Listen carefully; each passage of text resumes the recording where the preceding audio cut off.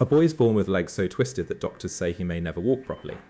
He grows up to become, in the eyes of many, the greatest dribbler football has ever produced. This is the story of Garrincha. Garrincha was a Brazilian winger, and his nickname says everything about him, the joy of the people. He did not just win matches, he made millions of people laugh and gasp with delight. His story begins with those legs. A childhood illness left him with a bent spine and legs that curved in different directions, one shorter than the other. It should have made football impossible. Instead, astonishingly, those very legs may have been his hidden weapon. His strange, crooked stance made his movements impossible to read.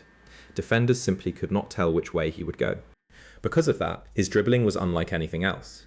Garrincha would run straight at a defender, feint one way, and dart the other, leaving them tackling thin air.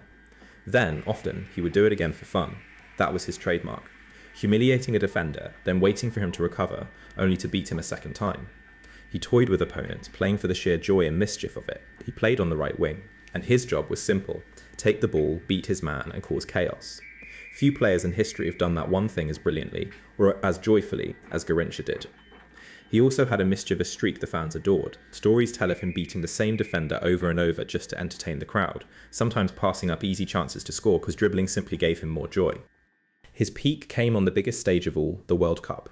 In 1958, a young Garrincha was part of the Brazil side that won the tournament for the first time, dazzling alongside a teenage Pele. But it was the 1962 World Cup that sealed his legend. Early in the tournament, Pele, Brazil's brightest star, was injured and ruled out. Brazil's hopes seemed to rest on a knife edge, so Garrincha took the whole team on his back. In Pele's absence, he was unstoppable, scoring, creating, and dribbling Brazil past every opponent almost single-handedly, all the way to the trophy. It was one of the greatest individual tournaments ever seen. Garrincha did not just fill in for a fallen superstar, he became the superstar, and won Brazil a World Cup that looked lost without Pele. What made him beloved was not just the skill, but the spirit. Garrincha played like a child in a park, purely for enjoyment. There was no cynicism in him, only the delight of beating a man and running free. Crowds adored him for it. In an era of tactics and discipline, Garrincha was gloriously free, an entertainer who reminded everyone that football at its heart is meant to be fun. That spirit made him a folk hero far beyond the results. To ordinary Brazilians, he was one of them, a poor boy who played with pure freedom, and they loved him for the happiness he gave more than the trophies he won. But behind the joy lay the seeds of tragedy, and his story darkens sharply here. Off the pitch, Garrincha struggled. He was simple, trusting, and poorly protected, and his life away from football unravelled. He drank heavily, and as his body, already strained by those legs, broke down, his career faded. The man who had given so much joy slid into decline, and much of his money and fame slipped away. His final years were desperately sad. Once the joy of a nation, Garrincha died young, in poverty, and largely forgotten by the football world that had once worshipped him.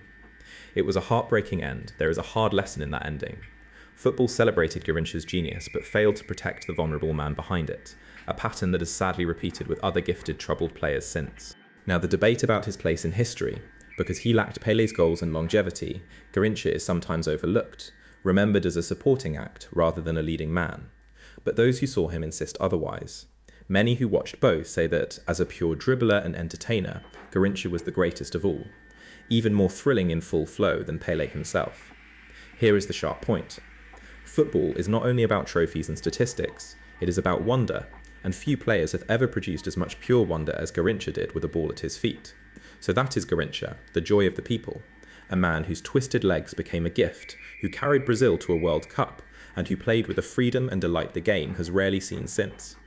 My verdict, Garrincha is the most joyful footballer who ever lived, and one of its saddest stories.